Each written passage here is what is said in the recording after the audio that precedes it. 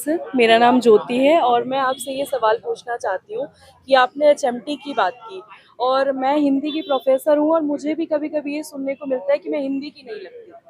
अब सर हिंदी का लगने के लिए हमें क्या करना पड़ेगा? या फिर आज के युवाओं को हम कैसे सीख दे सकते हैं कि वो एचएमटी को बदलें और हिंदी मीडियम टाइप को खत्म करें? देखिए, पहले तो ये मन से सोच ही निकाल दीजिए कि आपको कुछ लगना है। जी सर।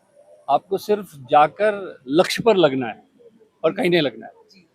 और अब तो ये दौर धीरे-धीरे समाप्त हो जाएगा कि हमारे मन में जो एक परतंत्रता की एक कहीं पैठ थी जी।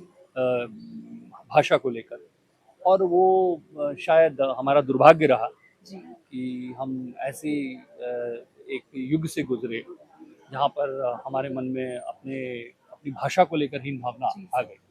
तो वही हीन भावना का कुछ लोगों ने फ़ायदा उठाया।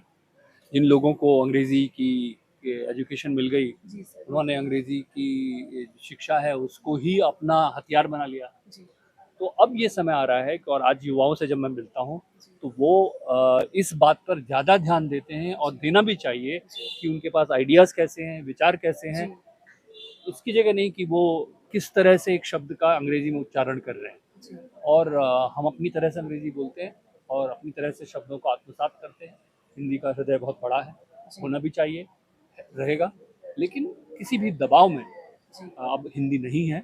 और मुझे लगता है आने वाले दिनों में मैं हिंदी के भविष्य को लेकर इतना चिंतित कभी नहीं रहा हूँ। जी। स्वरूप को लेकर ज़रूर चिंतित रहता हूँ। जी। मुझे लगता है कि हम सबको कोशिश करनी चाहिए, प्रयास करने चाहिए कि हिंदी के जो शब्द हैं, उनका स्वरूप विकृत ना हो, सरलीकरण। उसका व्याकरण जी। विकृत ना हो। जी, जी, जी। सरलीकरण हो, जी। लेकिन सरलीकरण की दौड़ में कहीं उसमें विकृति ना आए, विकृति में। क्योंकि जी। उसका मूल स्वरूप जो है जी। वो भी हमें इतना ही प्रिय है जी। जितना हिंदी का प्रचार और प्रसार प्रिय है। जी, थैंक यू सर।